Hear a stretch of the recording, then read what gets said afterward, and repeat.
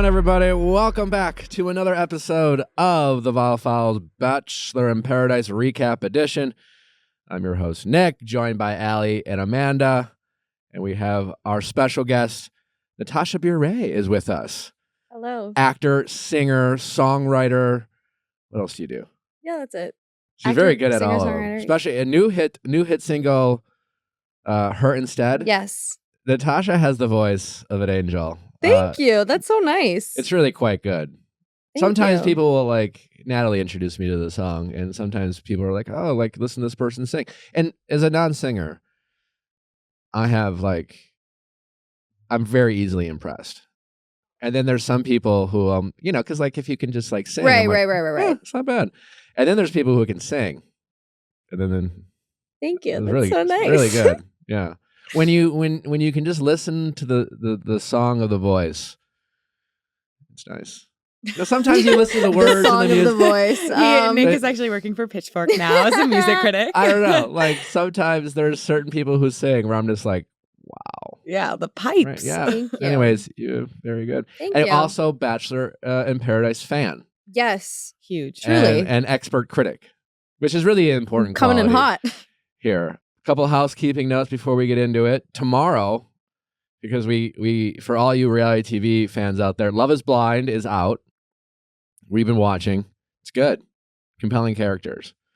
We'll be recapping tomorrow with Laura Rugetti is with us, celebrity hairstylist and expert critic of Love is Blind. Lots of. We'll be recapping episodes 1 through 7. Also, texting office hour. Also talking about your latest pop culture topics. But if you haven't watching Love is Blind, we have as well. And lots to get into there. A lot of people talking about the Visine or the water fake cry droplets. Andrew, is that his name? I wasn't too appalled by that. Maybe it's because I've been desensitized. I just had higher hopes for him. I kind of thought he was a nugget, and then it popped the bubble of the nug. There's a 30% chance your favorite Bachelor alum has done that. Do you know who my favorite is, or are you just assuming? Oh, I'm talking to the audience. Okay. Yeah. I'm just saying, people are just horrified by it, and I'm just I've seen it done. Yeah. I'm surprised they kept that in. I know that's. I was gonna say. Do you think if it's so common, I'm like, why did they keep that in? Then? Common for. I think it's how he played it, And he goes. I thought the producer was very clever when he's like, the way he went about it, and then he goes, is this okay? And he goes, if your eyes hurt, by all means. Mm-hmm. Which, interesting, clever. Anyways, we have a lot to get into with Love is Blind tomorrow and going deeper. So do not miss that. Anything else? My book's out. I don't know if you've heard. What? Doing really well. You have a book? I had no idea. Bachelor Tea. Yeah. So we all watched last week as Casey collapsed to the ground. And he's actually taken to Instagram to say that he hasn't walked in 4 months since the show. So he said that he is one sad guy and said that he also still has 3 broken bones and has had 3 operations. And in a post, he said, just to be clear, this is my foot in a cast right now, tonight. I haven't walked in over 4 months. He also said he couldn't get surgery right away because it was so swollen. He actually went on the Bachelor Happy Hour podcast and said, I fainted when I opened my eyes. I didn't realize that my ankle was just destroyed. I actually tried to get up, and that's when I saw my ankle. It looked like I had wedged a football into my ankle. I don't know. The whole thing was quite the visuals. So swollen. Yeah. I think that's what he's trying to. Yeah, immediately swollen. I get to a hospital in Mexico and they have to put me under and do a reduction on my ankle, which is basically putting it back into place. And then, they have to do CT scans. He had 3 different bones that were broken. Your ankle is made up of 3 bones and I broke all 3. So that's probably why he doesn't have much to stand on. Does he regret starting the drama since that's how he caused his... He says, I 100% accident? stand by my choice to let Brittany know that someone was slandering her. Is it safe to say he might not have a broken ankle if he didn't start the drama? If he passed out because of the panic attack that was as a result of the drama?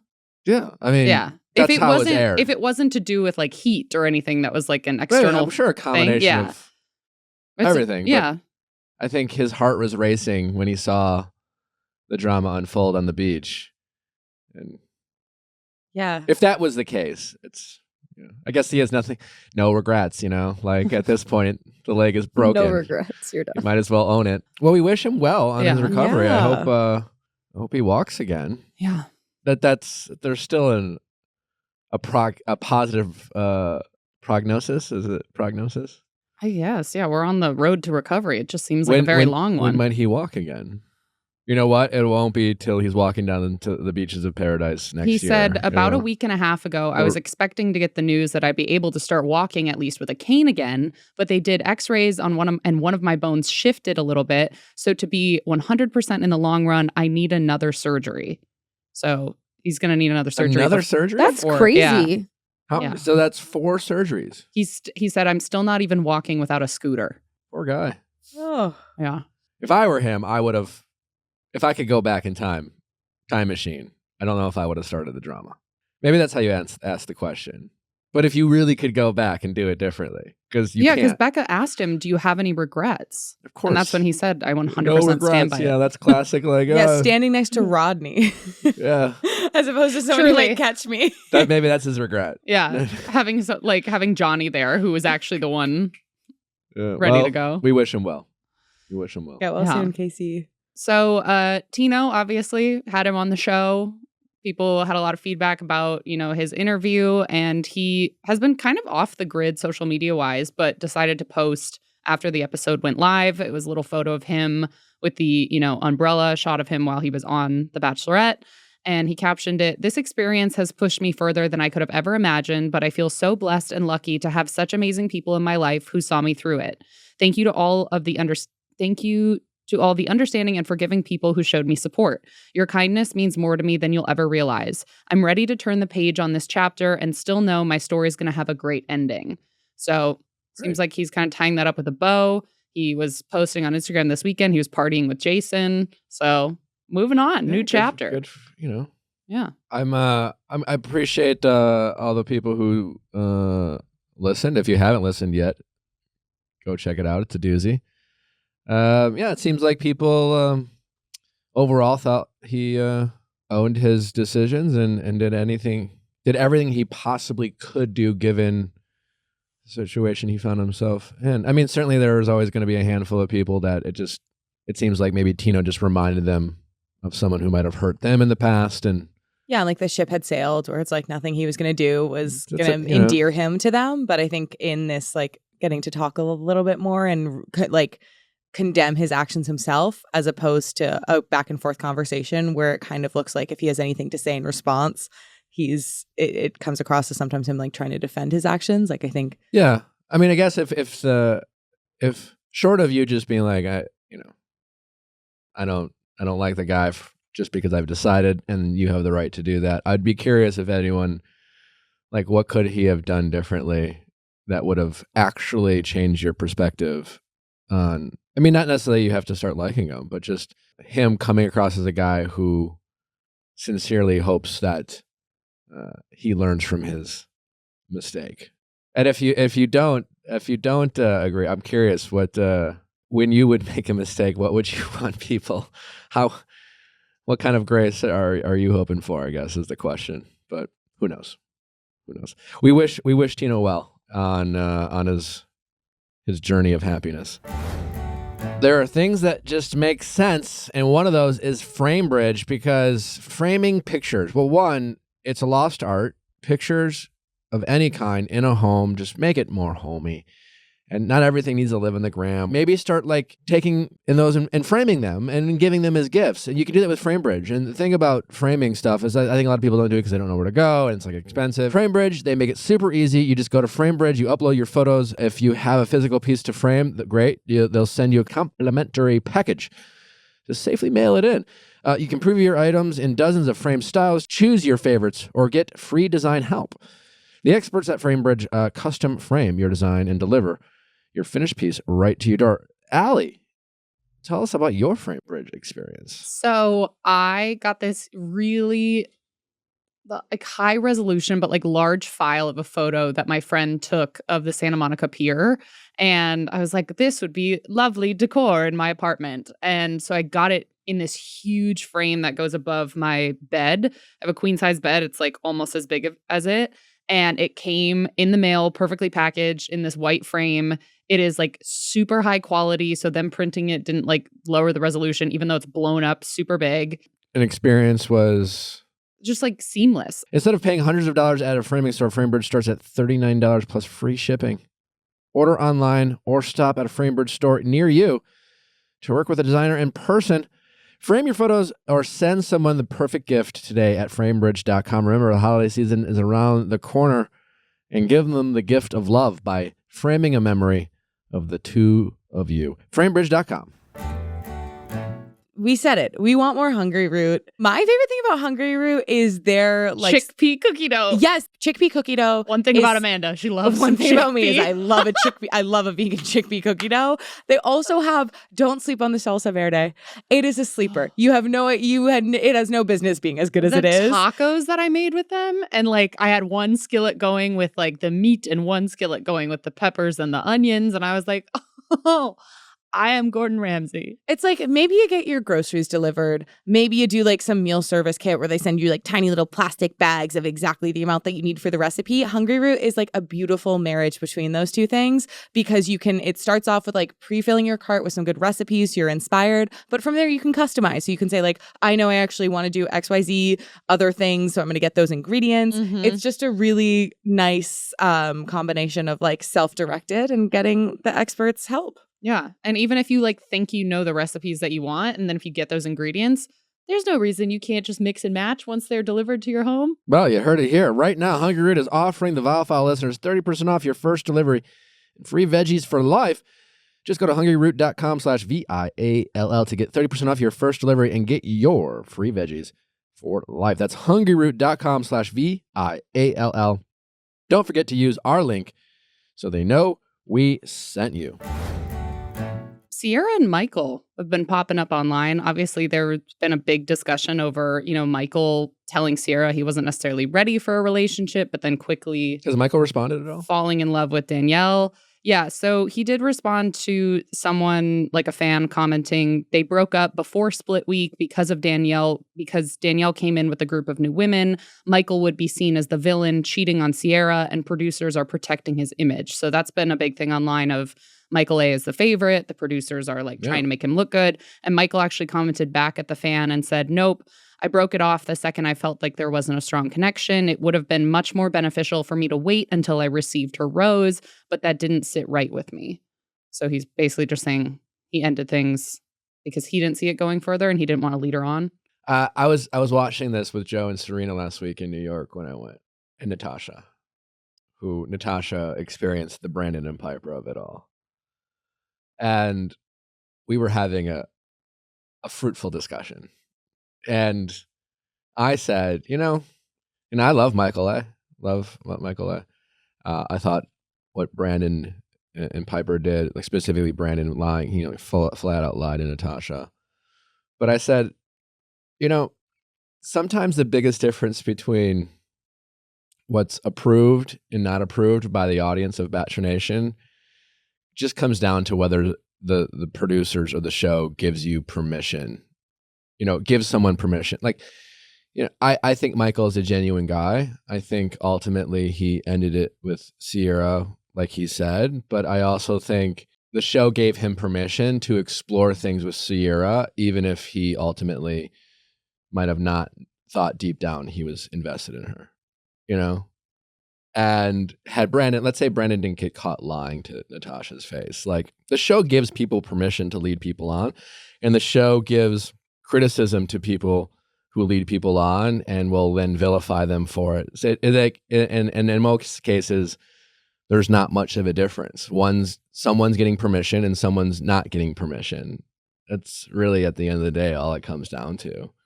But the difference between Michael A. and, say, Brandon is that Michael A., maybe if nothing else, thought to himself, you know what?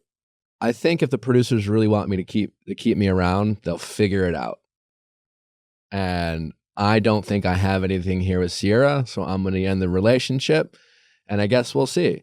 And my guess is that's exactly what happened. My guess is he had no idea about Danielle coming. I'm sure he knew she was coming at some point. I'm 99.99% sure he knew she was coming at some point. What's the history between him and Danielle? Because was that mistaken? He was saying they had history, but then she was like, "It's so nice to meet you." So it was because he, I guess, had posted something on Instagram, and then she had thought, oh, we have similar experiences because she lost her fiance and he lost his wife. So from what she said, it felt like she then DM'd him and said, from a fellow Bachelor Nation alum who's gone through something similar, like wanted to reach out and connect. So it was like all virtual. It was messaging back and forth. Got it. As opposed to actually meeting in person. Yeah. So I don't know if they've physically knew each other, but there was some rapport. Right. Of some sort. But yeah, I'm guessing he knew. And that's the thing. Like, whether you agree with what's going on or not, I guess my point is it's all not too much different from each other. So I don't know if I wouldn't die on any of these vines, so to speak, of defending or criticizing anyone's behavior, I suppose, because it's all bullshit, is my general take.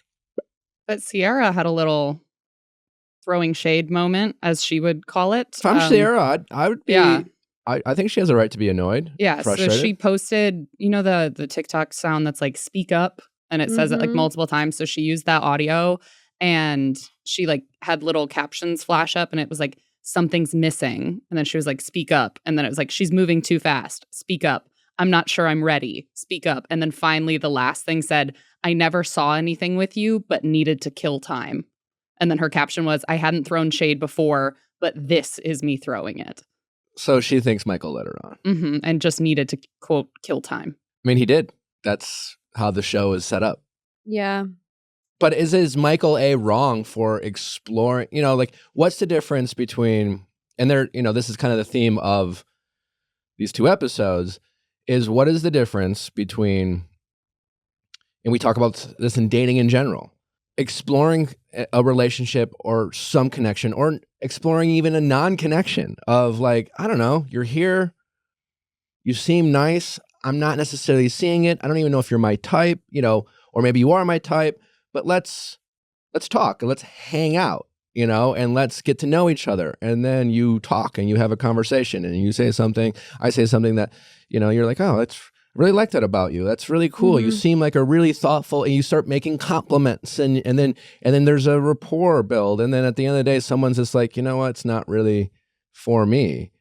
Is that leading on, or is that just exploring a possibility, even if you didn't think that possibility was all that promising? I mean, the devil's in the details of what you say, but like, what's the difference? Right. I was just going to say it's all in what you say. I feel like if you're saying, oh, we have such a strong connection and I feel so X, Y, and Z about you, and then someone comes along and you change, then it's different. But yeah, I agree. I don't think that it's, especially when you're getting to know somebody, you need to kind of spend time with that person, figure out what they like, their interests, how they communicate. I don't think that's leading on. I think that's just getting to know somebody. Yeah. Did we remember anything Michael saying that was egregious in terms of that went beyond the scope of simply getting to know Sierra and qualifying a connection? Like Natasha said, saying I'm here for you. I'm here for you. Yeah. Or we have a connection, or I'm really feeling something here. Like, trust me. These are words that Brandon used to Natasha last year. Because it was even I think about that scene that was so kind of cringy to me to watch when they were on the daybed, and she's going on and on about what a great stepmom she'll be and all this other stuff, and he was pretty much just sitting there. Yeah, he went being like, right. His response was,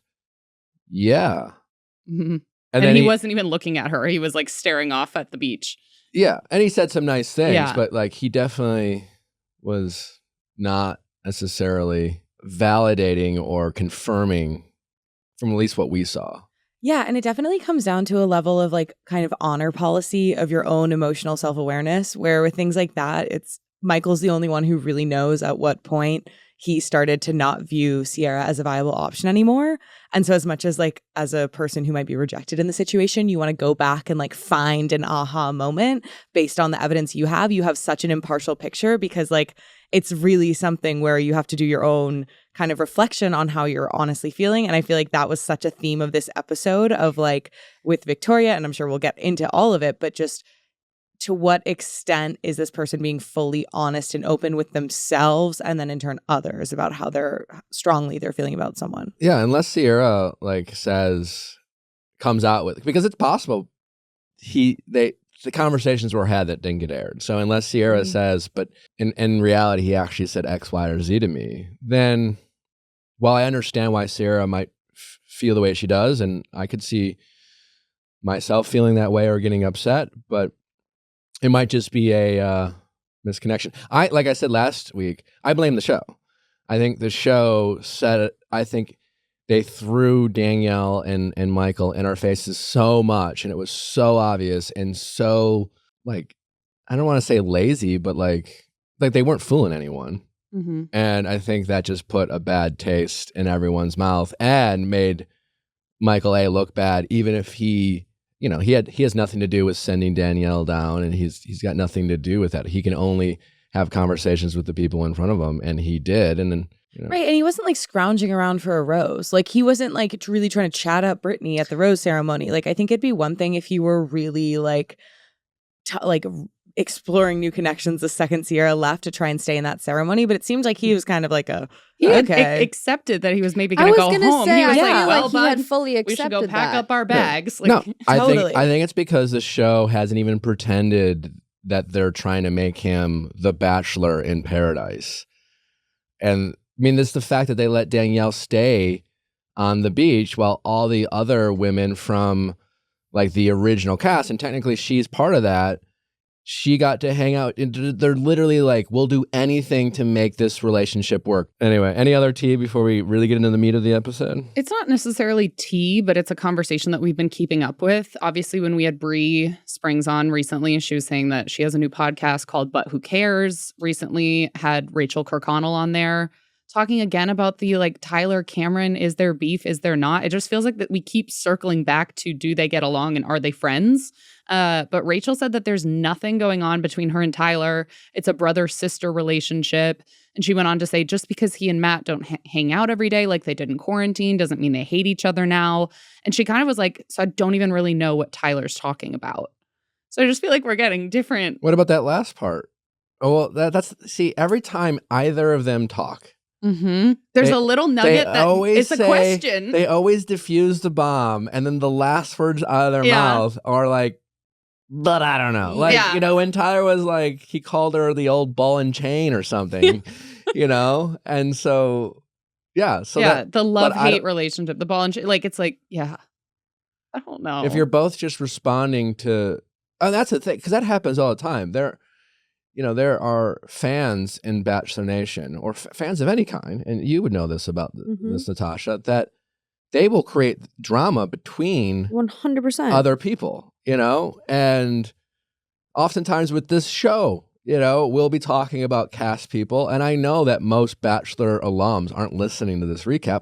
A lot of them do, a lot of them don't, but if an audience member will say, do you believe what they said to you in the Viall files? And like, I mean, just to hear that is triggering. And then you don't even listen to it. And then something is pulled, and then people will start drama and things like that. So all of this might be coming from them just reading press clippings and clickbait type of articles. And there's this element of, there's nothing really going on. But in case there is, I'm going to throw some like weird, it's just like they always drop that like little grenade. But you think, is that to like keep themselves safe? Maybe if the other person is going to go say something, What I feel like it is that they're not each other's favorite person, but they're also not in a feud. Matt's the glue, and Rachel's right. They're adults. Like the whole like quarantine crew of like Tyler and Matt hanging out like college roommates every day, like fun and cute and endearing. But like, honestly, if they were still doing that, it's kind of fucking weird, Like these are adult men who are like living their lives and focusing on their careers and relationships, and they can't be obsessed with each other constantly, living in maybe different parts of the country And I know we all love to see a good like Tyler and Matt TikTok, roundup, but like it kind of would be weird if they were obsessively hanging out every day, like they seem to be early on. I feel like so many guys, especially like in their 20s, have a best friend who is like their ride or die. Like I've noticed a lot of like my male friends have like one best friend in a way that like my female friends like tend to have like several. I would say the opposite. Really? I feel like there's a lot. It was the opposite for you? I feel like, again, this is just my perception. I could be wrong. That I feel like all women, has been my theory, that all women always they have friends, a group friend, but they always have one ride or die. Yeah. And that can vary, like that might go through cycles or whatever, Totally. but there's always there's a bestie. And again, men as well, but I felt like I've had lots of close friends without like one, but maybe that's just, I thought the opposite of you. Interesting. I just think it's like, I agree that usually there's like within any, actually for like men, women, any gender, like there's your point person at any given time, like the person who's the most up to date, who kind of like knows the most about what's going on in daily life. I just feel like there's so many men who I'm like, oh my God, you had this really significant friendship that like either started in like before high school. For so many of them, it's like their friend from like middle school or high school or even college. And then there's just like so close with that one other guy for several years. But it's also like, I can see that. And one of my guy friends has that guy friend and they've known each other forever. But then I'll ask him about him and he really doesn't know that much about him. They don't dive as deep as women do. And so he's like, well, I don't know what he's up to. Like they don't get to that same level, I feel like half the time. Yeah, I don't know. They can say they're best friends and have been best friends their entire lives and will be each other's best man. But I feel like girls are like, oh you my don't know God, the inner workings my of their brain, left eye is twitching this morning and I Right, don't know exactly. why. And then they won't be like, wait, okay, did you have dairy this weekend? Yeah, because I know. Yep. Exactly. Guys might not be that in tune. In tune. But yeah. So Tyler and Rachel still hate each other, basically, is the takeaway. Well, and just the comment of, I have no idea what he's talking about. I'm like, so you're not only like negating what he said, but kind of being like, he's crazy. But he's also, denying it a it might little. just be a throwaway and we're just Yeah. creating drama that's not there. Correct. But that's what we do here on the Viall Files. Create drama? No. Observe Am it. I the drama? I don't think I'm the drama. Maybe I'm the drama. All right, let's get into the episode. It opens with Lace and Rodney breaking up. So I watched this episode after having sat in the car like all day driving back from a wedding. And I was like, oh, I haven't moved. Like maybe just to like move my body a little bit. Like every time someone says this kind of thing, I'll do a squat. And I was like, every time someone cries, I'll do a plank. Oh, I had stopped that. And after like 90 seconds of Lace crying, Are you I was jacked? like, I can't do this Look anymore. at these muscles. Because it was really like, it was a sad It was sad. breakup for Lace. Yeah. Yeah. What did I you felt think, bad. Natasha? I felt bad. I thought it was a little, I don't know, I thought it was a little dramatic to come storm down on the beach and come in like right after the date. But I did think it was really sad. I think he was very honest though about his feelings, which was nice. And it's never easy to hear that, but at least it wasn't, drawn out. And she kind of had to like watch that go on for however many days until like the next rose ceremony. So I don't know. I felt bad. Yeah, I wrote down Lace is a star was my first one. I just think she is, what you're getting from Lace. She is real. She is an authentic person down here. I think she is a 1%er on the beach with someone who's actually truly authentic. And I love everyone down there, but I think it's very hard for people to be their truest selves. I think everyone's on some level these days on Bachelor in Paradise playing a bit of a character. Like curating the version of themselves. 100%. Mhm. And Lace is just simply Lace. And I appreciate that. Yeah, I think what did Lace did what we talk about all the time. What she knew she liked someone. She came down. She tried to set a boundary by saying, I only want to date you. If it's not you, I don't want to be here. She communicated that. And it seemed like Lace, I think she stopped short of saying this specifically, but she kind of implied that she, if she had to flip, guess on if things were going to go her way, that she would guess that they might not go her way. I think she suspected that they didn't have the strongest connection when they left compared to maybe some of the other ones. And yet she still asked the tough questions, which so many people avoid and don't do. So props to Lace for doing that and getting some clarity and finding out quickly, because a lot of people don't do that. I also wrote down, what's the difference between Rodney and Lace and Michael and Sierra? It was kind of my point of like, you know, it's all just... The show's kind of giving Rodney permission too. Well, I don't think Rodney didn't tell Lace, I'm not ready for things to move fast. I think that's the only, and I think Michael could have been truly not ready for things to move fast with Sierra. And then sometimes with a different person, you're prepared for a different pacing. Oh, so is that the criticism with Michael? Because it was more like, hey, I'm not ready for a relationship, and bam, now I'm ready for a relationship? That would be the only thing that I would flag as potentially being like a pain point. I don't know that he's being like criticized for that as a whole, but from my perspective, that was the only thing where I could see that kind of being like, that stings a little bit. Now that I'm like, I don't think Michael's a fuckboy. Well, I think anyone's. But like, it is like I always say, it's just like, you're not ready until you are ready, until you meet someone who you want to be ready for, you know? So I think that's just kind of semantics. And I know it stings when you're the person receiving the, hey, I'm just not ready for a relationship right now. And then like a week later, that person's dating someone else and it sucks. But like, you know, there were a couple moments, like Nally and I were watching it.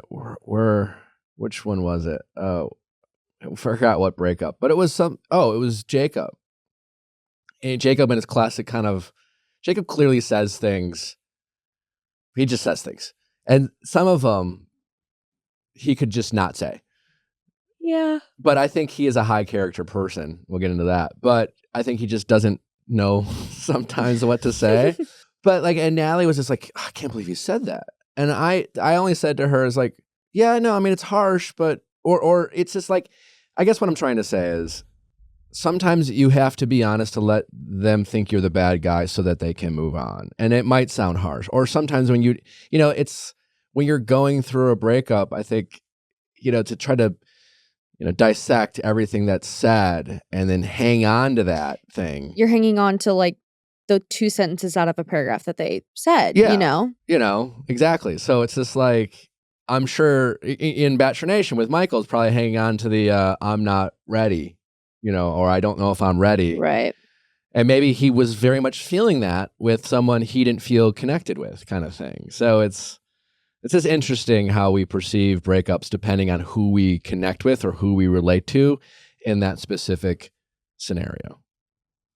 100%. So Lace, and the other thing that I think was big about Lace going there was her planting the seeds that the girls have men too. Yeah. And I feel like there was like one other kind of like plot device thing where it was like, why were they so shocked? Like, did the guys really think that the girls were just going to be trapped up in a tower and not have any opportunity to date people while they're frolicking on the beach? It's a good question. Like, come on, guys. What are they going to do? Sit there for a week twiddling their thumbs? Just waiting. Exactly. I think it's probably a common thing that is a perfect example of how we don't. You don't think? We don't think, and by people, it's just like, you're the star of your own show. So like, I feel like these guys felt like they were being platformed as like the stars and because it was on the beach, right? Mm-hmm. They just thought, I honestly they probably didn't think, and they probably thought they're going to get locked up into the Vedanta in their own rooms. They probably thought they're going to be put back in the rooms that they were all staying in prior to coming down the beach. And they probably didn't think. Also, the difference in the men before and after Lace's conversation with Rodney, because when she originally came down, it was very like, what are you doing here, Lace? Yes. Where are the other girls? Why did you come? Like, da-da-da-da-da. And then the second that they see her crying and heartbroken and Rodney ending just hugs Michael and love. goes, yo, honey, and gives her a hug. And they're like, I feel for Lace, man. She came down here a second time. She's really trying, and it's got to be really hard. And I was like, you were the ones just like basically trying to get her off of the beach 2 seconds ago and being super aggressive about why she was there. Yeah, it's like one of those moments where the humanity breaks through. Yeah. Like where you can tell there's this shift from like this calculated, like kind of the way you have to always have your back in Paradise of like, what's going on? What's my take on this? Where am I aligning to like, Oh, sad person. Yeah. Sad person who I spent a lot of time with, who it's like never fun to watch someone be sad. Totally. I have a note here. It says, I forgot who said it. I was going to go back and watch. But I thought someone said you can only leave with your heart. Yeah, so Johnny said you can either leave with your brain or your heart. Johnny had some good lines. Leave or lead? I didn't know, and I was wondering the same thing. Because one makes kind of sense. You can only lead with your heart. Okay, well, I don't think you only can, but it is a choice. Sure. But what do you mean leave with your heart? Well, that's what I was questioning too, but he kind of made it seem like if you were, quote, leaving with your heart, it kind of meant you were heartbroken. But he was like, you basically prioritize your brain or your heart. And if you're just going to put your heart out all on the line, you're going to hurt more, but at least you gave it the good college try. Sure. I feel like that's where he was going with it. It was so unclear. And he also said, I think he said that geography, he was like, Geography Beach, was so proud of himself, was like, I'm on a roll, and then stopped making sense. Yeah. I thought he was deep in thought. I get what he was saying. He's actually right. I really think, Johnny is right. People have two choices in paradise. Right now, most people choose the latter, but you can go down there and just simply embrace the insanity that is the expectation to find what you believe is love, to get engaged, to let yourself really embrace these high stakes, high emotion environments, or you can, analyze everything for its, genuineness and question everything. And, those are the two choices people have. And I guess Johnny, in a weird way, tried to say that. You can only leave with your heart. Okay. And then it was like, well, maybe it means lead, because that sounds better. Yeah. But we don't know.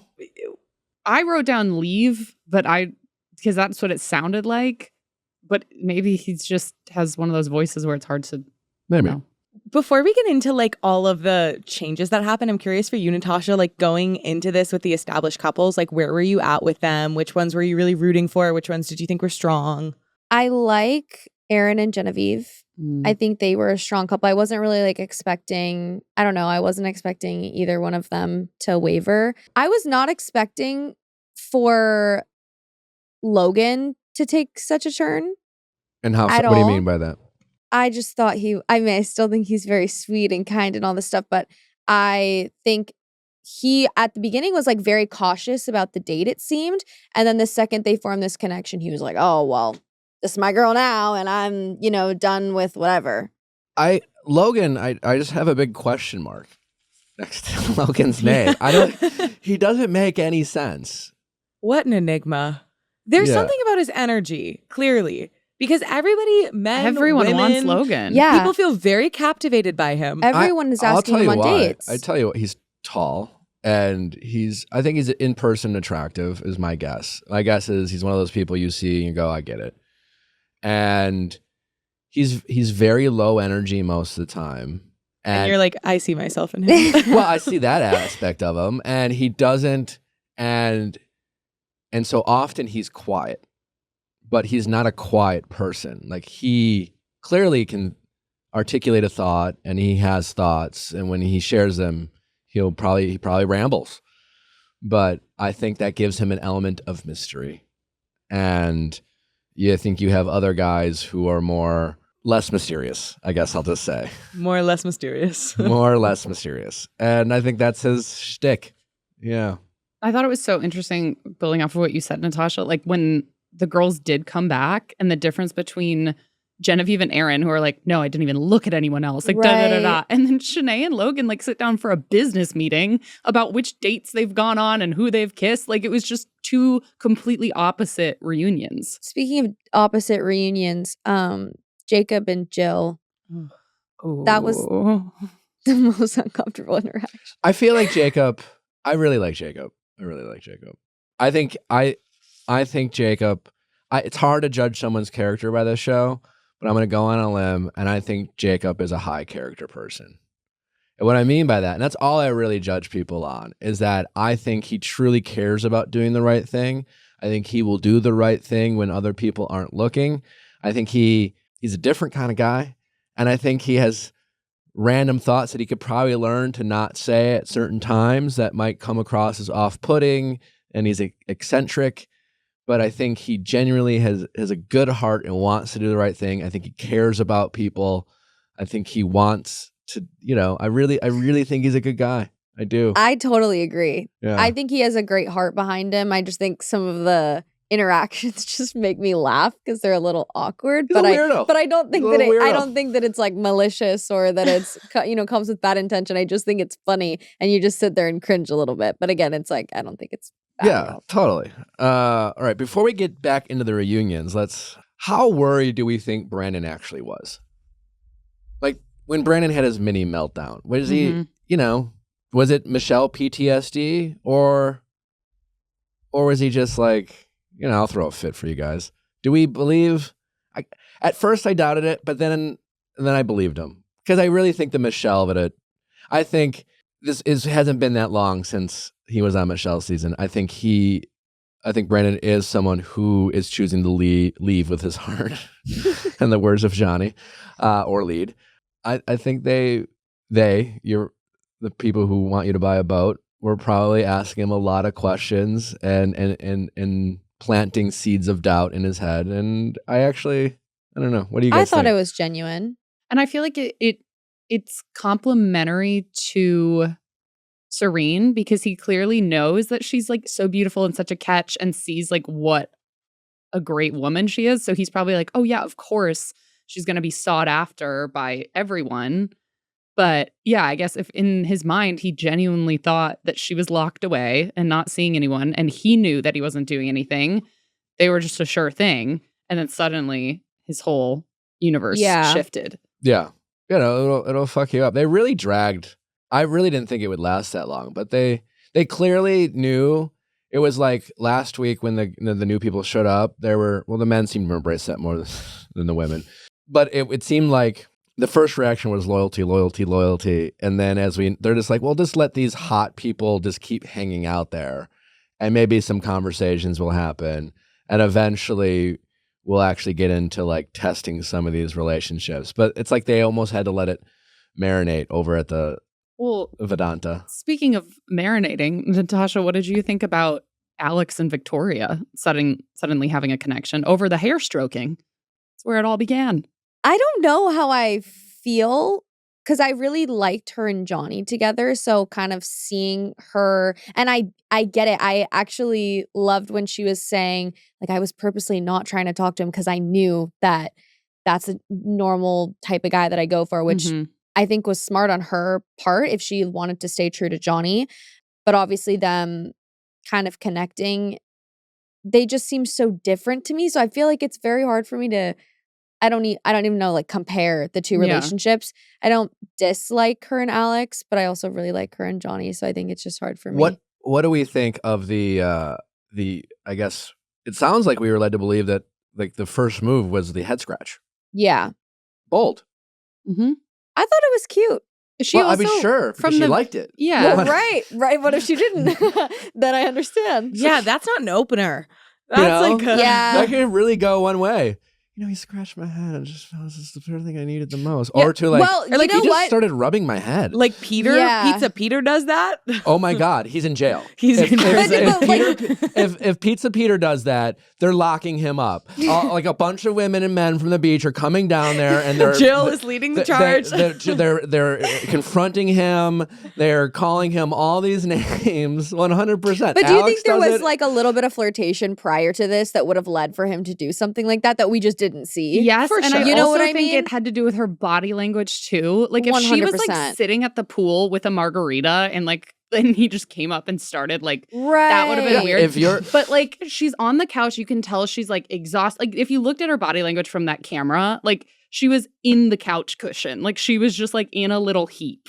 Yeah. And everyone was sleeping. It was a different vibe. Yeah, you guys bring up a good point. If you're Johnny and you're watching this back, do you go, so he just started rubbing your head? Like, explain this to me. There was nothing out of nowhere. I'd love some context. Yeah, I'd love some context. He's just rubbing people's heads. I think I presume they must have had some kind of connection. Because like the reason we would like crucify Peter if he did this, is because you don't want people touching you when you don't want to be touched. And it seems touching your head or face without you like wanting it is one of the most offensive things. I feel like prior to this interaction, there's some type of unspoken tension, 100%. You can just tell, I feel like when you're in a room with someone and you guys vibe, regardless of if you're outwardly flirting, you can just tell there's an energy and an attraction. So I feel like based off that, he felt confident enough to go, okay, I'm just going to make my move and know that she's going to be into it, you know? He's hot. So there's that. Yeah, but also the action, it's not like inherently sexual. Like it's a very just it's like very polite. It's intimate though. It's very intimate and it's very affectionate, I think. I think it was But sweet. it's not sexual. Yeah, I agree. Elle, if you were sitting on a chair and I just walked up behind you and started... Not you, Nick. That's exactly my point. Exactly my point. Like, but like if a it's relative about the did context that, and the person. yeah, like my dad has done that before. I'm sure. Yeah. You know what I mean? But like incredibly intimate. Incredibly intimate. Yeah. We're not saying sexual. We're saying intimate, close, nurturing, like personal space, a level of trust and comfort is required for you to just relax, because like she had she needed that, as she said. She needed to relax. Yeah, and she said in the moment, she was like, that feels so good. I know. She was giving him affirmations. So Yeah. It clearly was a moment that worked for both of them. Yeah, I agree. But it could have gone south. If I'm Johnny, I'm like, sus. Yeah. All right. There are a couple things I wrote down I wanted to discuss with you ladies. And it was just like, I love noticing things people say and then like actually thinking about what they're saying. Brandon wrote while he was freaking out, if I'm acting like this, then I know I love her. So it's like, if I'm freaking out, if I'm losing my mind, and then it must be love.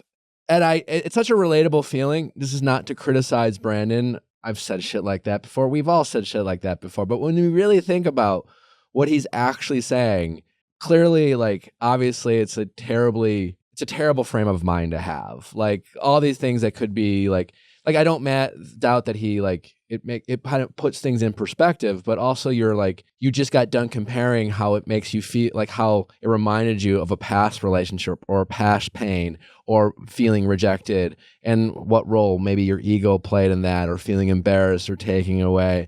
And I can imagine why he doesn't want to relive that traumatic experience and why he's holding on to that, et cetera, et cetera, et cetera, et cetera. None of which means that you two like, know how to love each other and make each other feel love. I believe in their relationship. I think they're a great relationship, but it's just those things we say out loud. I just find fascinating. Any thoughts on that at all? No, just. Is it love? Is it infatuation? Is it fear? It reminds me of the song, the one that's like, only love can hurt like this. It's like equating such a. How does that song go? Natasha? No, I'm not singing it. It's a TikTok sound, but it's like you equate these like huge emotions, whether good or bad, and they're like, oh, it must be love. It's like when you break up with someone and you're devastated, you're like, oh, it must have been love. Yeah, just because you I think are there's so having many this other emotion. things that it could be. That, Yeah. I mean, it could be. Could I be. think that it could be. Could be. But I think there's also a lot of things that also could be. Yeah. Mm-hmm. There's that essay in my book said the pain doesn't mean they were special. Mm-hmm. Something Correct. like that. Yeah. But yeah, it's just like we were so quick to like elevate someone because we're afraid of losing something, or we're scared, or our ego's just like, don't fuck it up, you're a loser, something like that. Another line that I really enjoyed, Jacob goes, he says, I have a real romantic connection. And I'm thinking, what does that mean? I feel like, you guys tell me if you agree or not, that when people say, I feel like I have a real romantic connection, what they are trying to say, or what they believe they're saying, more importantly, is I feel like I have a real emotional connection with someone. Because what is a romantic connection? I mean, couldn't you like go on a romantic date with someone you like? What does that even mean, a romantic connection? It's an honest question, because it just seems so.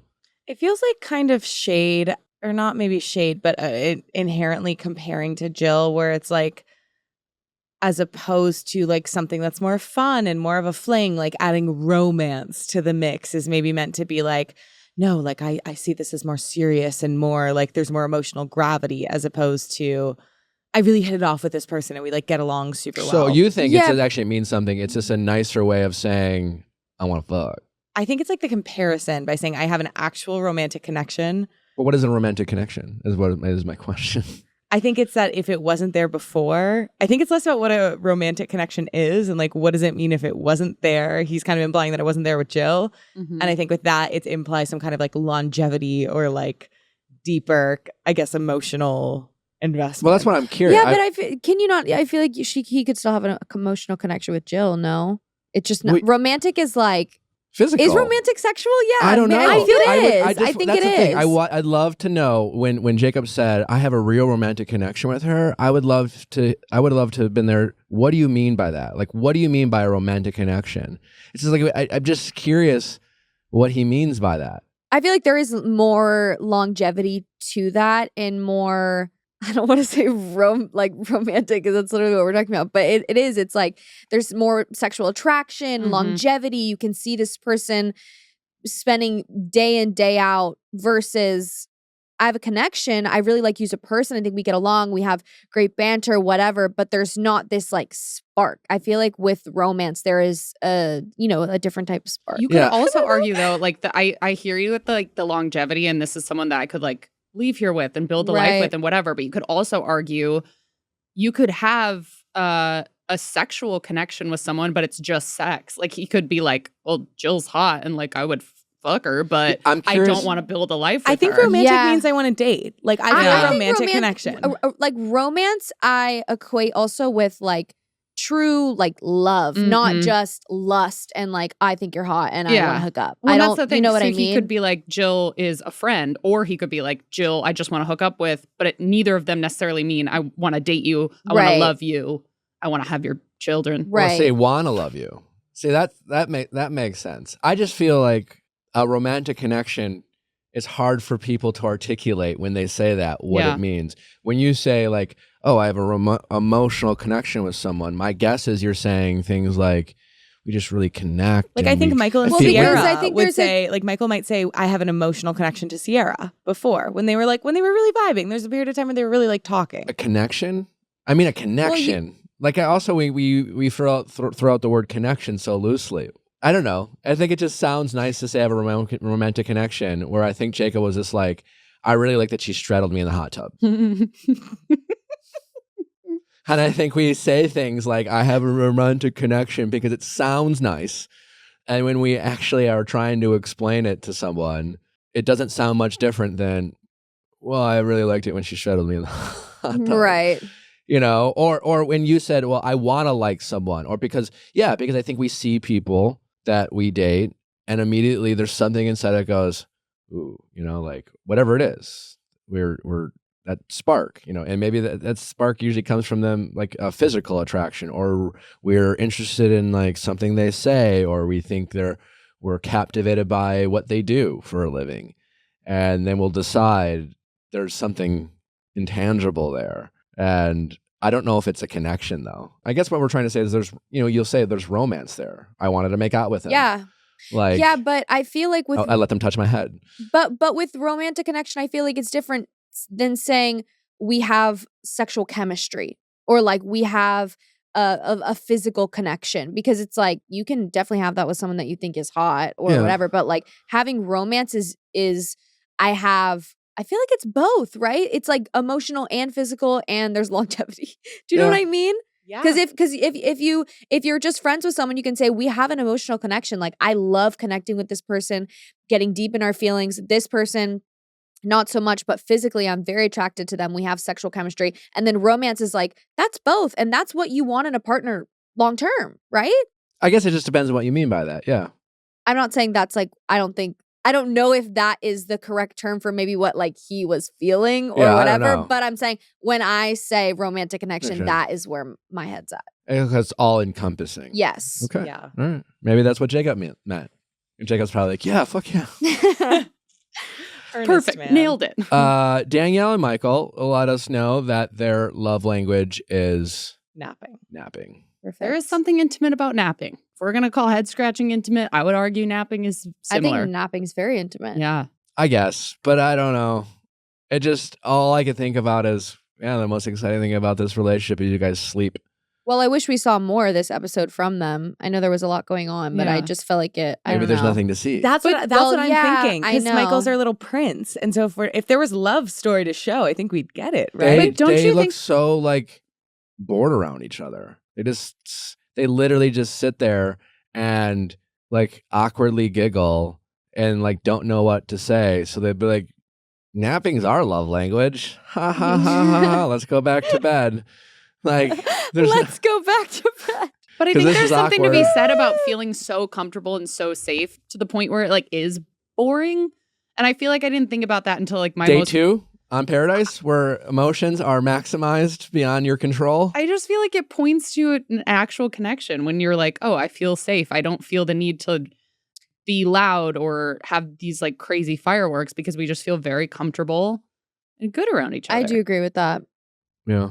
I don't Maybe. know if that's the case, but I do agree with that. I get what you're saying in a relationship. Yeah. And I guess they're in one, but it did just start. I don't know if it's more than a couple days old. Yeah, but they're not 23. Like they're And also they have bonded over something that is a lot deeper than maybe what the other couples are talking about and connecting over. So maybe it's just, okay, I've already gotten this off my chest. I just kind of want to relax and be with this person that I do enjoy. And now they have nothing else to say, so they're just going to nap. Well, we don't know They're that. not showing we us. don't have the footage. You think the relationship they've worked so hard to craft and build up and give an extra consideration in time and let Danielle just like be there when no one else is there, that they're not going to show like a riveting conversation about their connection and them diving in and really like just being passionate or just passionate with their words. They're not going to show that. They're just hiding that. I think they might further. We still have like 8 or 9 more episodes. Like this is a long season. I agree. Maybe. I feel like stuff might unfold with them. I feel like this episode had so much drama attached to it with all of the rekindlings and the breakups and stuff like that, that the existing connection kind of was like taking away from the moment of the drama that was going on. So maybe we'll see more. I guarantee we get like an additional dinner portion and they talk about James and they like talk about how their lives are actually gonna. No, yeah, I'm sure they'll have another date and they will talk about they'll talk about their own lives, and then the other person will be like, "That's nice." No, I'm talking. I want to see 2 people get to know each other. Well, my question is, I feel like we don't usually see people napping unless they're doing it on the day beds. So are they spending off-camera time together? Yeah, and in Paradise, you get to spend a lot of off-camera time together. So is that maybe part of the reason that they enjoy it? Like they're like, we love napping so much is because it's this time when they get to be very like free and unfiltered and not like camera ready? Could that be a component? Sure. I mean, I'm sure. I don't know. Maybe. I just don't think there's a ton of talking going on.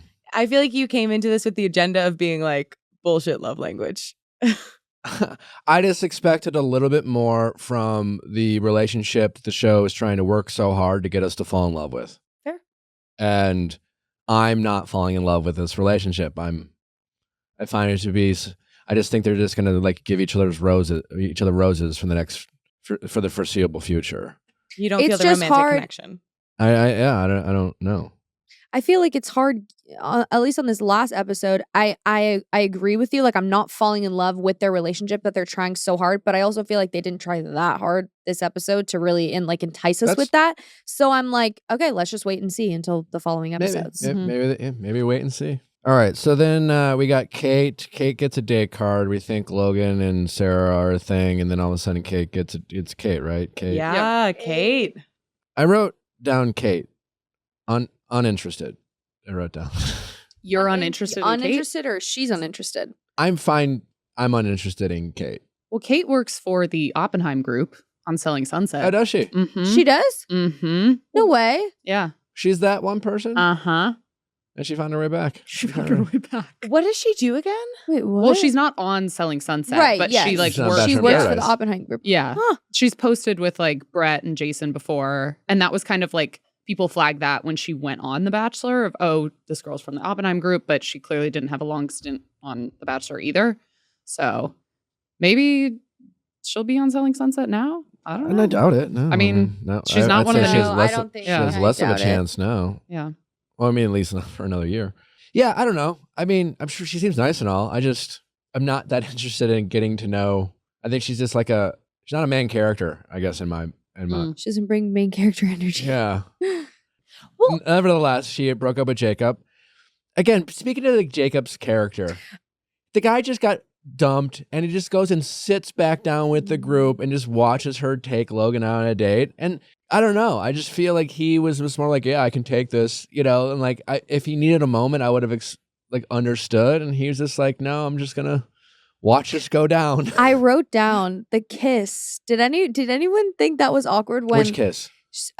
When Kate was sitting with Logan and Logan was like, I'm here for you. And she was like, yes, like I'm here for you too. Like, I love that. Like all this stuff. And then right as they're having this intimate conversation, Jacob comes and's like, hey, good morning, and gives her a kiss right in front of Logan. Oh my God, and yeah. I was just and has like, no idea. Right, so unaware. And I literally was just like, she's like bonding with Logan, and then her other boyfriend appears, kisses her in front of Logan, and Logan's just like chowing down on something behind her. Smiley, but like 20 seconds prior was just like, I'm all in for you. I'm here for you. I'm so happy. And then it was like, good morning. I was this before she told Jacob? Yes. There was something I didn't realize. Because Jacob was still under the impression that like this was basically his girl. Yes. Because when she gets the date card, Jacob's like rubbing his hands. That made me so sad. He was like, oh yeah. So he had no idea that she was going, like she was just behind his back. Which is why she was like, Jacob, can I talk to you before I give out this date card? But it was that scene that was just excellent TV. But breakfast before the date card even entered the picture. Exactly. It was us knowing and Jacob being clueless. Oh. Yeah, I felt bad. And it seemed like everyone else was fairly clueless as well about her wanting to take Logan on the date. Especially Sarah. Yes. Mm-hmm. Yes. Yeah. That was also a I thought it was really endearing when Sarah, I don't know who she asked, but she asked someone to put her hand on. She's like, can you put your hand on me? Eliza, right? Yeah, it was just like very sweet. That was really sweet. Very sweet. I thought that was sweet. And then Logan, like back to like, I just have Logan question mark.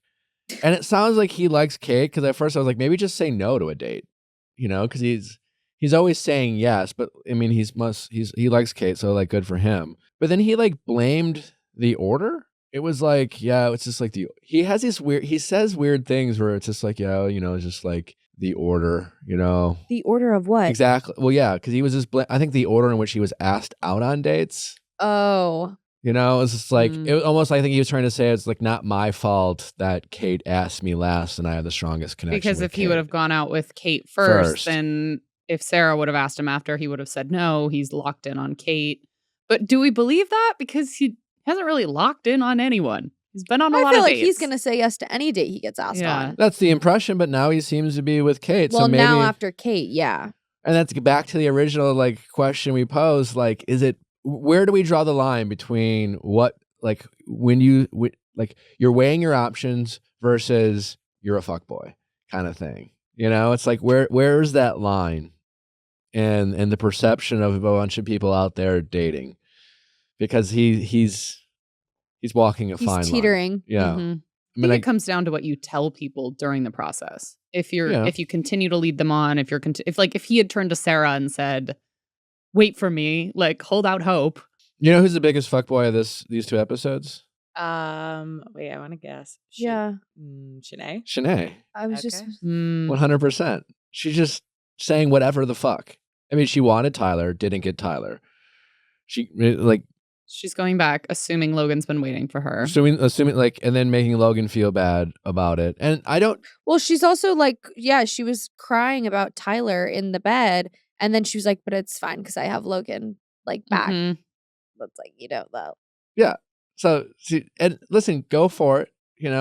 Like the difference between, I guess, some of these other people and Shanae is that like Shanae, there's no like happy medium. I guess I don't know what it is, but like it's very, like I think it's great that she's going for what she wants and that she is pursuing these relationships. But it's a manner in which when she doesn't get what she wants, what she's willing to say. That's what I'm saying. I feel like if you're going to go that route and kind of test your waters with other people, kind of like, I mean, honestly, the way I would say Logan is, just be more coy about it. Don't be so blatant with what you're saying that it's like, oh, well, you're for everybody, you know? Just be a little bit more, I don't want to say secretive, but do you guys know what I'm trying to say? It's like subtle. Yeah, just subtle. Subtle. Yeah. You know who I hope Shanae ends up with? Genevieve. Speaking Can of we it, talk about that? yeah, Seriously. so They are ripping shots. They're best friends. All right, so I wrote a question. So if Shanae and Genevieve were on different sides on Clayton season, whose side are they on now? Did Genevieve go to Shanae's side, or did Shanae go to Genevieve's side? I think they just basically agreed without actually verbally agreeing to pretend like it never happened. They were both calling the other person a bad person. They were just like, I can't, like it was a good versus evil like type of dilemma. And now they're on the same side. And I'm just wondering, which side do they think they went on? Like, is Genevieve more like Shanae, or is Shanae more like Genevieve? Or like, you know what I'm saying? Like, I think it's fascinating when two people are just like, not like, I don't care for you, but like Genevieve, she came on this podcast and said some very choice words about Shanae. You know, like she hated her. And they said that on the episode. They were like, we hated each other. Yeah. And I'm just wondering, like, whose side, which one who are they more like now?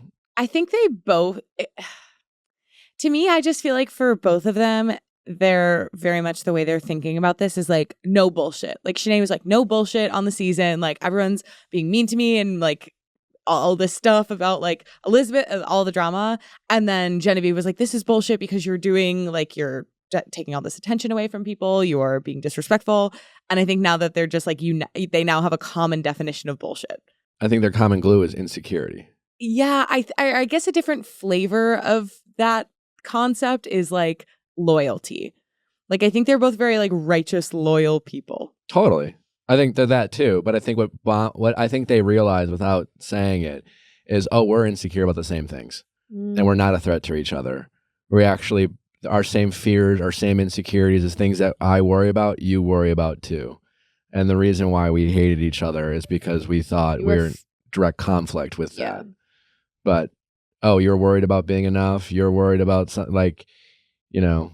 I also think part of it was them just genuinely being like, okay, we can have a good time. Like, we can be two little, like, mischievous, like, get up to some fuckery together. Because it started on the date with Aaron and James, where it was, like, this setting of, like, camaraderie and friendship. And they were, like, I feel like there were a moment where Genevieve, like slapped Shanae's ass was, like, the slap heard around the world because it was, like, a truce. Like, it was really, like, in that moment, I was like, okay, like, they're partying and having a good time. And I think we saw like some of their best friendship moments are when the two of them are like just like being Tweedledee and Tweedledum ripping shots. Interviews like, together. Blah, blah, blah, blah. They're in the interview room together. What do you think either of them learned from that interaction, if anything? Do you mean like the overarching like arc of going from hating one another to I don't know. becoming friends? Don't you think that's kind of like a big thing? I used to hate you. I used to talk shit about you. I used to like think I called you my arch enemy, and now we're best friends. And not much has happened in between.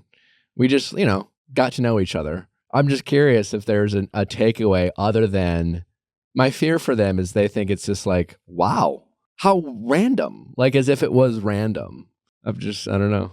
I think that's true of so many friendships or like relationships where like if you just met someone in a different circumstance, in a different context, you'd have a really altered view of them because it's all about kind of like which side of someone comes out first because then you form this initial opinion and then you look for other like data that backs that up. Well, also I think when in friendships with competition, when you're directly competing against somebody who you think is a threat to you, the claws are out. You know, and when it's not that, you cling on to that person because you two know that you're both strong individually. So if you come together, it's like, oh, we can conquer the world together. And I feel like that's honestly how so many friendships are and why they end so badly, because they might start like this together where you guys are so close. And then the second there's something that comes in between where you're competing, it's World War III. You know what I mean? So I feel like this is just like the inverse of that, where it started out. Do you think they're going to have a fight again at some point? I don't know, but like it would not surprise me at all. Genevieve and Shanae remind me of like a WWE like tag team where like, and I don't know how many of you watch professional wrestling, but first you're enemies, then you come together, then you're a tag team, and then like there's a match where like you get hit by like someone else, but you think it's them, and then that starts some like rivalry, like, and then you get back together.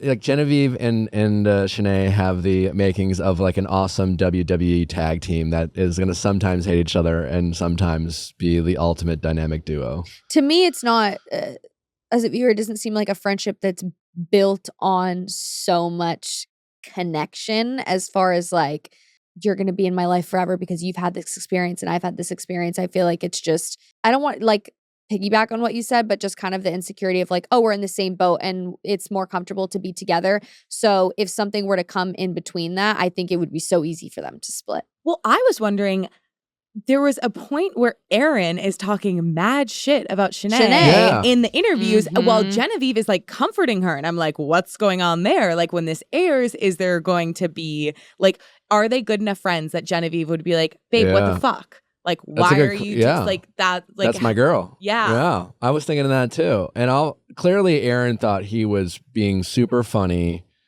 and coming up with these like zingers in his ITMs that I personally thought were just kind of mean. Yeah. Yeah. He said that she should be in a padded room and that she needed a straitjacket. And then he was like, put her in a rocket ship or something and like blast her off to a different planet. Yeah. And like, again, like, do I think she handled everything amazingly? No, but she has the right to feel or be upset, and she has the right to like talk to him. Like she confronted Logan a couple times. Like she didn't do anything, outrageous. She had a strong point of view because she was a little bit in her feelings and only saw the situation through her lens of how things affected her. She's certainly not the only one who does that. We've all done that. And and Aaron's one to talk. Like Aaron, like last season, like everyone was out to get Aaron. He just lost his shit about everything. Yeah, I don't know. Yeah. You're right. I'm really curious how Aaron and if that affects their friendship. I have a question for all three of you, unrelated to the show, but to what degree, on a scale of 1 to 10, are you capable? Someone doesn't like you. You don't know much about them. You just know they don't like you. Or you have a small interaction with someone and you've heard they don't like me. How much are you able to stay at least neutral and form your own opinion about who they are, regardless of how they feel about you? Me, 0. Yeah. If they don't like me and they truly like don't know me, I guess it doesn't really matter if they know me or not. I would be like, okay, well, fuck you. I'm going to go find someone else who does. Yeah, I'm just like, bye. I feel like I don't mean like you want to hang out with them, but like just. But like you're just having like making a judgment on right. them. Well, based on your own interactions or things that you've been told. I mean, I guess it depends on how much. In the scenario I'm kind of giving, you don't know this person that well. Your first impression of them is that they don't like you. So how much are you able to like actually get to know them and or overcome that? Oh, I'm going to have to like hang out with them still? Like you're going to be in a group scenario or something. Well, I could like put it on Bachelor for a group. People who don't know much about each other. They roam in various circles. Someone hears, oh, I don't like them, or you thought you didn't like them for what you saw on TV. So are you to what degree? So 0? You're not. Well, I think that's a very honest answer, and I think that's the norm. Well, okay, I will always be kind and I will always be nice. I don't mean that. No, you're a very kind and nice person. I'm talking about what you think about them inside, regardless if you share it with someone else or a best friend. I'm not going to want to hang out with you, period. So I don't know. But would you be able? All Harsh. right, let me give you another scenario. You don't know this person all that well. You hear from a house. You hear that they don't care for you. Okay. Do I know why? Maybe, but you're confident that it's inaccurate and they are making some grand assumptions about your personality. And let's say they don't know you at all. Okay. Maybe it's as a fan or someone who what they know about you might be the same information a fan might make a judgment off of you. Okay. And then let's just say you see them do or say something that you like or admire or would otherwise praise. Can you still do that, knowing that this person who doesn't know much about you, who hasn't taken the time to get to know you, has made a generalized assumption about you and who you are and your character? Are you capable of giving them that compliment and that recognition? Oh, for sure. Yes. Because it's like, because then it's like your ego gets to feel like the bigger person. Like I'm not even saying this out of a place of like genuine goodness of like positivity. It feels good to radiate and reflect. Sure. But like genuinely, I think if someone doesn't like me, then a lot of the times my approach is like especially if I feel like they don't know me, then in a situation like I'm like really fucking well behaved. Yeah. Like not fake, not going out of my way, because people can sniff that out so easily. But I'm just like, you don't like me? You're not okay. you're not immediately standoffish. No, Yeah. I'm nice to you, because then it's like, Yeah. oh, you don't like me? Yeah, it's Like, literally like the bird. You know what I mean? Like you're giving them the finger by doing that almost. totally. They, like super indirectly, but it's like to them, if they don't like you and then you're just being kind of the opposite of whatever they think, then it's to them, it's like, oh, I'm kind of an idiot. It's like, you want to get on the same page? Right, Like, you were right, wrong. right, Do you want to right. notice that? Totally. right, I just don't right. think most people do that. Yeah. I agree with you. I think not- that's the best approach. It's not coming from a place of like, because I very much feel the human thing of like, oh, I'm going to prove you wrong. But I just think the most effective way to go about it is to be like, let's be normal to each other. Yeah. You know? I just think most people's instinct is to immediately dislike someone and then match that energy of hate that they think they're receiving from that person. Yeah. And then it snowballs into people hating each other. And then when you're like, why do you hate them? You're just like, I don't know, like 3 years ago, like I saw a tweet and it's You know, the scenario which I actually think it would snowball more is if I heard someone was talking shit about my friend. I would be a lot less willing to like go in like more Sure. open-minded. Like I would be pleasant to them. I wouldn't try to start shit. But if they were talking shit about my friend, I would really like clocked. Absolutely. Well, the difference between that, oh, you're going to say something. No, I think I would agree with that. I also think for me, if somebody doesn't like me or I'm not their cup of tea, okay, great, you're not worth my time. I'm not really going to give you the time of day to be rude or give you the energy or whatever. But if you're rude to my friend, I have no tolerance for that. Like I don't. If I hear you talking about my friend negatively, like that's when I have a problem being more Hulk more out a little bit. unbiased. You know, if you don't like me, it's like, okay, whatever. You don't know me. I really don't care. I'm not gonna take part or have an interest in getting to know you because clearly like your view of me is so skewed, and I really don't have any. I think like when I was younger, I used to have more of a desire to change people's perspective on me. Now I don't at all. I really don't care. But for my friends, I'm so protective of the people that I love that I'm like, oh, if you're being negative, absolutely not. You're done. Yeah, I think I agree with both of you. If it's about me, if I have the opportunity, I'll show them that they might be wrong. And if it's about my friend, I'll tell them that they're wrong. Yes. Yeah. I'll be like, yeah, that thing you said, let's talk about it. If it's about a friend. On the topic of shit talking, I thought it was really interesting in the moment when Kate and Shanae are having their conversation, which didn't need to happen, right? Do we agree that like Kate did not need to talk to Shanae in that moment? I agree. And I didn't. Sure. Yeah. But like, when Kate went back to talk to Shanae, Yeah, or like- is that still the same conversation? I honestly couldn't I didn't tell. think. Because no, I Shanae didn't- definitely went up to them first, right? Well, no, but Shanae went up to Logan Mm-hmm. and was talking to Logan. I thought there was no need for Kate to go up to. Yeah.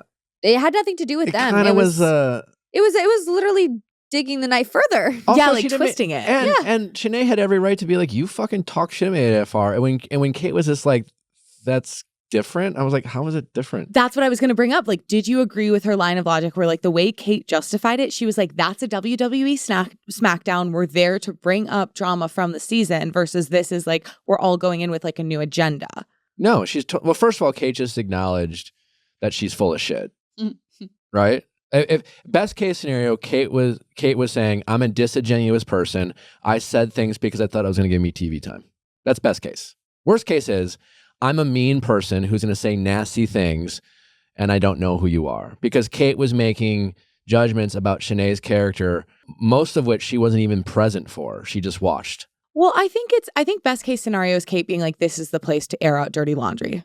Like, I got some dirty laundry. AFR is the place. But she didn't Is the even laundromat. have that many. She didn't have that much laundry. But then when they replayed the clip, I was like, damn, that was harsher than That's I what I'm remembered. saying. It wasn't Where she was laundry. like, were She you was- locked in a closet? Shanae? I was like, That's what I'm "Ooh." saying. She wasn't airing out dirty laundry. She was just talking shit and being mean. And she was acknowledging that I was there to talk shit and be mean. I wasn't there to articulate an actual thought or a feel.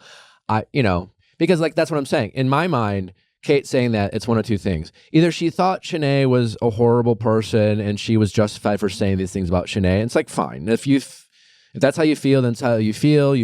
I don't agree with you, and I think it's kind of mean, but like whatever, you speak your truth. But Kate was just more like, well, no, it doesn't count because I'm fake.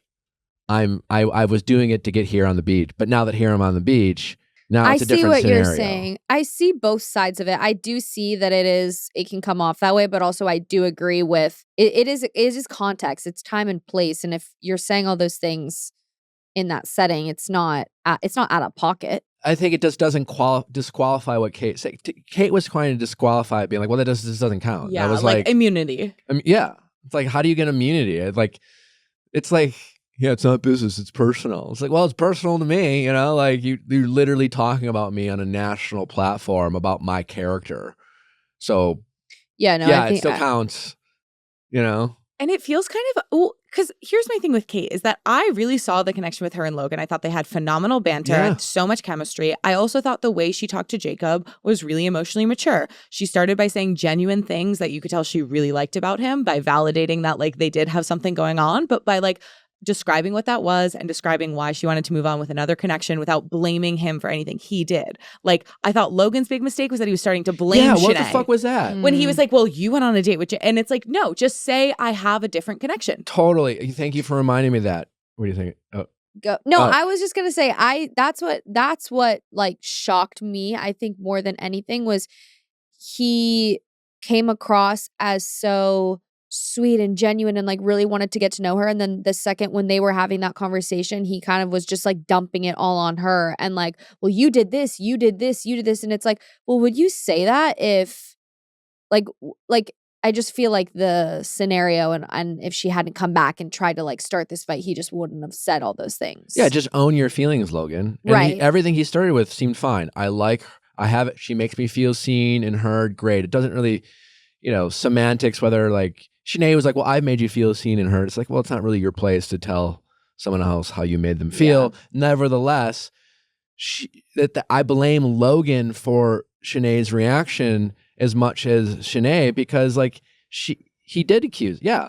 Like, own your feelings. Hey, I just have a stronger connection. I like her. What we had I thought was great, but like, and I did think about you, but like, this is really something I feel like I've been looking for, and you're so great, and blah, blah, blah.